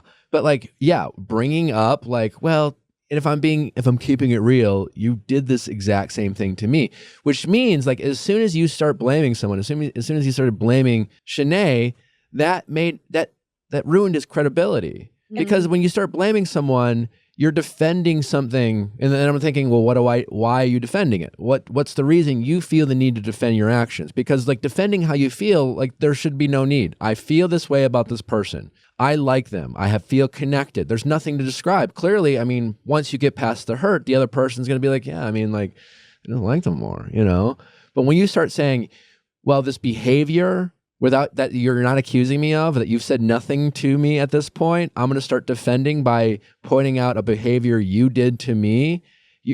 Logan's literally saying, I'm guilty of this same behavior of kind of being a fuckboy and et cetera, et cetera, et cetera. And like, why bother? Or not communicating in the way you need to communicate for a relationship to be successful. Exactly. He was calling himself out by blaming Shanae for things that he thought she did. I also felt bad for Shanae because I think it was kind of this perfect storm of like a bunch of new women, a lot of whom were on Shanae's season and still very much had this old view of her. And then her facing rejection after like being a really hot commodity in Paradise. Like, it would be fair for her to be be on a high horse. A lot of people showed interest in her, but then when like the rug gets pulled out from under her, she has a lot farther to fall. And so she comes back. There's all these people who still have this other narrative of her. And I didn't think she handled herself that badly. Like, no, she was upset, but it felt like they were trying to provoke her almost. Well, and I was thinking about that when she and Kate are having that conversation on the beach and all the other women are watching it and they're like coaching from the sides of like, Kate, get to higher ground. Like, you're shorter than her, acting as if Shanae is still like this villainous person. And I'm like, Shanae just got the rug like ripped out from underneath her. She is currently left with no one. And yet they're acting like she's literally about to punch Kate in the face and that Kate is the one who needs to be like protected and on higher ground, and everyone's still so much team Kate. I just think it was such a move to stir the pot by Kate going up to her. I just feel like there's legitimately no reason. Yeah, I think she was kind of... And Kate 100%. told on herself in the interview where she was like, yeah, there's a little part of me that feels proud. 100%. That I kind of one-upped her. Like, I won this battle. Low character moment. She told on herself. She acknowledged that I got satisfaction from someone else's pain. Yeah. Which is like, again, it's Gross. like it's human, but it's like really unbecoming. Like, it's not a happy part or like positive, beautiful part of being human. It's one of the ones that I feel like you kind of work on managing and controlling. Yeah, not proudly admitting on national television. That's what I'm saying. Not everything needs to be said. Like, be coy about it. If that's how you feel, that's how you feel. But recognize that that's not like a cute trait. So just keep it to yourself. And also, there's a lot of talk about pitting women against each other. And yes, there's definitely ways that like structures and institutions can do that. But I also think there's like a personal level of responsibility of not like pitching yourself against another woman and making it this competition that you win. Wait, can I just say one thing By all means, before you can say 3 things. I have it on like somewhere on my phone. I just thought like this interaction, and this is the same thing, talking about Jacob again, just how he communicates, I think is so funny. When Jill came back and she was like so excited to see him and whatever, they have the little hug, and you could tell he was super hoping that she had found somebody else and was like, so like, I'm sure you've so much to tell me. Like, did you find someone else? And she's like, no, like, what about you? And he's like, oh, no, same, honestly, same. And I was just dying. It was really endearing. That was my favorite part. It was some other couple did that too when they were like, so tell me about, Aaron and Genevieve or? No, Brittany and Andrew. They had that too. Brittany was like, so like, before I tell you like what's been going on here? Like, who you been fucking, you know? Like, she definitely... Yeah, it was just very relatable in terms of, but yeah, it was just funny to see people like wanting to find out, like hoping that they were actually making moves. Exactly. Versus like the Genevieve and Aaron, which that was a very sweet moment between those two. Like I cried. That was so the music sweet. got me. It was a sweet moment. Like to have that fear, like that must have felt like a real strong hit of drugs.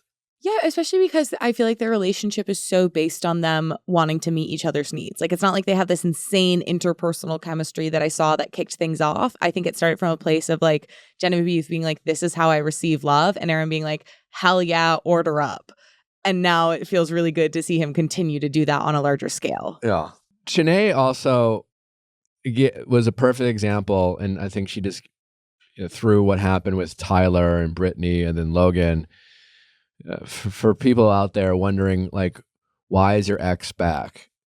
This was like watching, and Paradise in general, I think is showing you what's really going on when you're wondering why your ex came back from the dead after they were so convinced that you two shouldn't be together or that they moved on.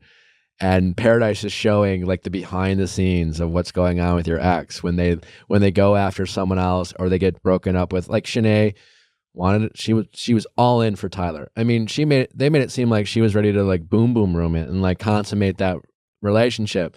Then was she fighting with Tyler or was she fighting with Brittany behind closed doors when we didn't have access to the... She was yelling with Genevieve. She was yelling with Genevieve. They made it sound like she was in a fight, but then later they show it and it's like her and Genevieve like hyping each other up, being like, yeah, no fucking way. Like, like really kind of getting it going. Yeah. And then she comes back to Logan and she's just like, I just realized how much I missed you when I was gone and like how much of our connection was. It was just so like, oh my God, like you didn't, right? You were hoping at one point he was making moves with other people. Right. And just because then it didn't work out for you, you're like, oh, well, I'm back. Yeah. And I believed in the thing about Shanae, and then this is not a criticism of Shanae. Again, I think this is very real world relatable, is that Shanae was very convincing. Shanae convinced herself. She completely forgot about the Tyler of it all and just she was genuinely sad and genuinely worried about Logan's connection. She was genuinely fearful that he had moved on. But moments earlier, she was hoping it was he was like hooking up with someone else because she didn't want to have to come down and be like, so here's the thing. And I think it's this kind of it's a great reminder of why people actually come back even though when they say they had to realize what they lost, et cetera, et cetera. Johnny and Victoria will end with that. What is the checklist, Victoria? I kind of liked, I mean, you know what I really liked about this conversation? Valid. I thought they were both valid. I thought it was so relatable. Yeah. Because he's seeking to understand, like, what is it about Alex that makes you be able to picture a life with him so easily? But I feel like, did she not kind of say that? Sure. Yeah. I mean, again, to an extent. I truly thought, when they were both talking, I was thinking that's a valid question, or that's a valid fear. And then the person would respond. I'd be like, that's a valid, Victoria would respond with be like, I'm just trying to figure this out because, Johnny was talking about chemistry. Victoria was talking about compatibility. Both important. I would argue compatibility is more important, but like, they both have their place. I agree with Johnny. Like, what do you mean checklist? Like, what's the checklist? Like, I don't want to be falling in love with off a checklist. I don't think having a checklist when you're picking romantic partners all that helpful. Anyways, I was very much team Johnny there. But when Victoria, it was just like trying to like articulate certain valid concerns. Listen, if you like, what do you want to do with your life? Where do you want a career? It sounds like Johnny doesn't have a lot of answers in that department, and he's young and he'll figure it out. I have no doubt. But like, if you are someone who's decided that a non-negotiable for them at this stage of their life is, I want someone who's like ready to settle down and have kids and support a family and not have to figure out some of these other things that maybe Victoria spent a lot of time figuring out and maybe she really struggled with. And she's just like, want someone who's ready because like, when I was younger me wanted to be like, love conquers all and it just doesn't matter where we're at. We'll figure it out. And like, unfortunately, like practical matters matter. And those things can be non-negotiable. So Victoria had a right to like ask these questions. I think it was both valid and both like very relatable. I think that Johnny maybe was taking the checklist as, oh, well, he just marks all these boxes for you, but do you feel something for him? And I don't think that Victoria would, go all the way getting engaged with someone that she didn't feel that way towards, but you need to have both. There needs to be obviously chemistry, but there also needs to be, are we on the same page of life? Do you want kids? Do you want to get married? Do you have a career? Can you support yourself? Like these things, which I think are 1000% valid, and compatibility in that is, I really believe, like the longevity of a relationship. You know what I mean? Totally so I think matters. it's super valid. And I think she was also kind of saying, I don't feel comfortable probing for chemistry, seeing if it's there until I've had this conversation with Johnny because it feels like cheating. So what I can feel like emotionally ethical doing is like talking to this person about their future, like their wants, like those compatibility things that aren't like raw, romantic, we're flirting stuff. And then be like, okay, there's a lot there that I might like to explore, but like out of integrity and like, just like I owe to Johnny a conversation before I fully like dive in there. Yeah. And I sorry to interrupt, but No, I also think it's fair to make sure that those qualifications are met before you're diving into that sort of romantic chemistry with somebody else, because then you do end up falling for someone and then you guys don't match up and it's like the worst heartbreak. So I think it's super fair for her to go on this date, figure out what he's about, go back to Johnny and say, look, this person is willing to give me all the things that I want. I want to be able to explore this. I also want to explore things with you. And her kind of asking him, like, tell me, like, what are your passions? What are your goals? What are things that you want to accomplish? She was giving him the opportunity to speak on that. And he was dodging. 100%. I thought Victoria, the way she handled it was one of the more mature ways we've seen on Bachelor in Paradise. Because everything you just said, Natasha, it's just like, it's not the norm. Not the norm is to make sure I have chemistry with this person, make sure I have this intangible, and then figure out whether we're compatible. And probably because Johnny was in the picture, but like I feel like we should do this more often, even when there's not someone in this picture, is actually making sure there's something there first and then explore. And like when there was someone there, like Victoria did, she did the more mature and thoughtful thing, which is, she owed it to herself to like challenge her relationship with Johnny against other options, because like in a world where the expectation to get engaged in 3 weeks is there, you need to test that relationship in non-traditional ways, and you need to be able to see if you could have something else with new people coming in without maybe crossing a line or a boundary of a kiss and things like that, which I loved how even Alex and Victoria just like talked about that, but like recognized that they wanted to be respectful and thoughtful of other people. I thought I thought Alex, Johnny, and you give Alex credit too. I think they all kind of were just enjoyable and healthy to watch in this dynamic. And props to Victoria again. Cancel her hometown on Peter's season. Never would have thought this for her. You know? I thought she handled it really great, in my opinion. I was very impressed. And part of the reason I was so impressed by it was because it felt so relatable of like, I think there were a few times where Johnny was like, what do you mean? What do you want? And I think she was honest about being like, wait, I don't know. Like, because it is so hard to untangle your feelings in that scenario. And I just thought she was so good about like, even though she didn't have all of the answers quite determined, she was really open and she did it with like good faith and like being proactive, which meant it was okay. Yeah, and sometimes Johnny was walking a dangerous line of asking her questions to answers he didn't want to hear, depending on what those answers were. Because like he was answering those direct questions where, what if she felt some chemistry with him? What if she wanted to kiss him and things like that? But she was just trying to be respectful to Johnny. You know what I'm saying? Like she was pushing him for maybe an answer that he wasn't going to want to hear. But it's just kind of interesting how we do that sometimes. But like, and again, props to Johnny, where he's just like, I don't know if I don't want to watch you figure this out in front of me. But then you see him trying to challenge himself to do that, knowing that's like, I don't know, I like this girl, so I'm going to try to get out of my comfort zone, even though my comfort zone tells me to run. I do agree. I think that, yeah, it is obviously very challenging to watch. So props to him for being able to say, okay, I'm going to go ahead and do this, especially if you do feel so strongly for somebody as he says that he does. I think also if she had done it in a disrespectful way and kind of was like flaunting her new relationship, I feel like that would be just a no-brainer for him to go like, peace, I'm out of here. This is not for me, even though I like her. But the fact that she came at it with such maturity and was really asking the tough questions of like, hey, this is what I want. These are my expectations. This is what I'm looking for. I think it kind of, I don't know, it set the tone where it made it appropriate for this to happen, even though obviously it's, not enjoyable for Johnny. Final thoughts. Do we think Victoria is going to pick Johnny or Alex? And who would you pick for Victoria? And who do you think she's going to pick for herself? I feel like she's going to pick Johnny and I want her to pick Alex. Why and why? Why do you think she's going to pick Johnny? I feel like Johnny, it's just like there is that magnetic quality that brought her to him to begin with. Clearly, she is still so invested in him to the point where she wanted to have this conversation with him. She's not willing for it to just, like, she's willing to work through all of these potential issues or apprehensions that she has because she is so interested in him.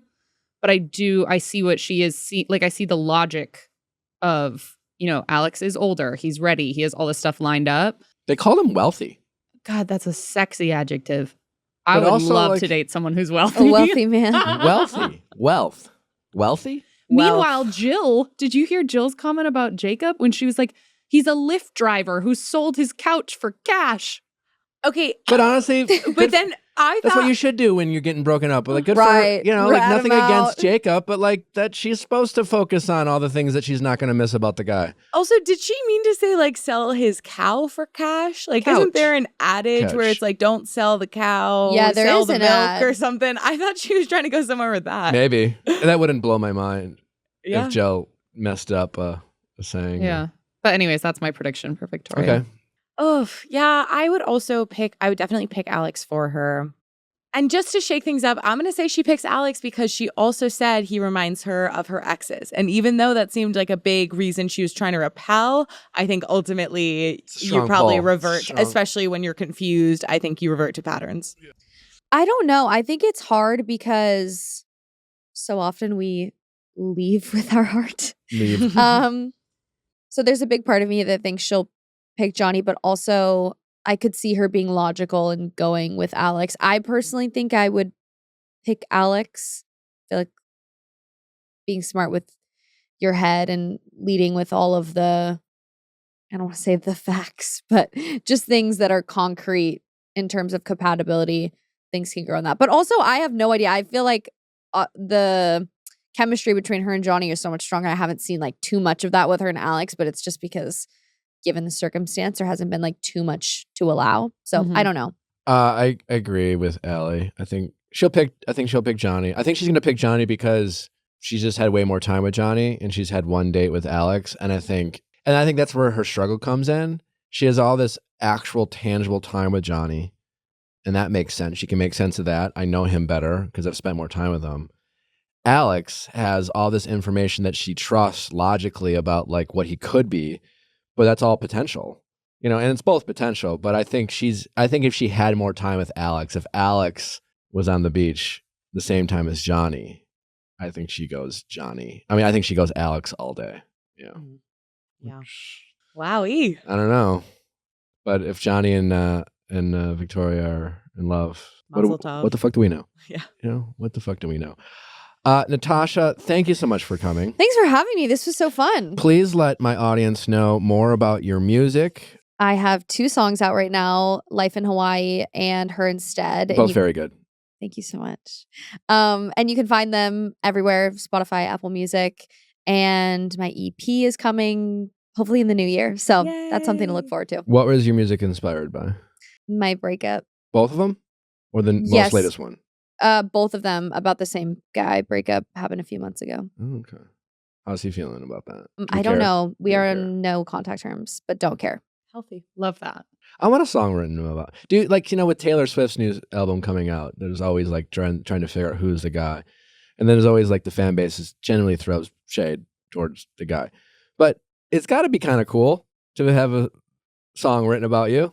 That is what I'm curious. I'm like, does it boost your ego a little bit? I mean, to a certain extent, to be like, obviously you cared that much about me to write a song, of course. But I'm like, if you got a song written about you, like, what would your reaction be? Even if it was negative? Because mine, my latest one's pretty negative. I think I would find a way to enjoy it. Right. Yeah, that's what I'm thinking too.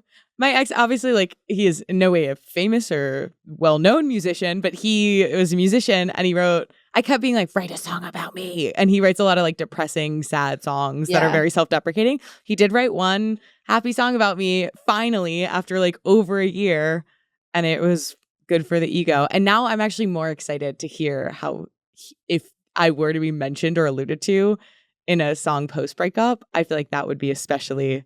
Because it's always the breakup ones where you write the most like poetic, 100%. Deep, intense, personal lyrics. Yeah. Anyway, well, go check out Natasha's music. She is a phenomenal singer. Thanks. If you just want to hear great music and a beautiful voice, that's where you need to go. Don't forget tomorrow, Laura Ruggetti is with us tomorrow to break down Love is Blind, episodes 1 through 7. So start watching if you haven't been watching. Some compelling characters on there. Also, we'll be talking... your latest pop culture, texting office hours, you know the drill. So be sure to check that out. Don't forget to check out Don't Text Your Ex Happy Birthday. I don't know what you've been waiting for. It's out there. The reviews. I can't thank people enough for their kind words. Especially, I've gotten a ton of. I'm getting a lot of. I was stuck in a long situationship, and now I finally found the strength to get out of it after I read your book, which feels good. I hope there's a mass exodus of people leaving situationships catalyzed I feel like there by this might be, yeah. So if you are someone who's been in any type of long-term situationship, certainly this book is for you. But if you're struggling getting over an ex, if you're having a hard time just in anything with dating or relationships, I promise you will find a nugget out of this book to enjoy. So check it out. Go to viallfiles.com, whether it's the book itself, I don't know if there's signed copies still available. Audiobook, Kindle's available. You can buy it if in the UK, Canada, Australia. There's links for all those options. Amazon, obviously. And if you are someone who has purchased the book through Amazon and you've read it and you want to leave a review, that always helps. We appreciate it. Anything else? Go check out Natasha's new song. Bye.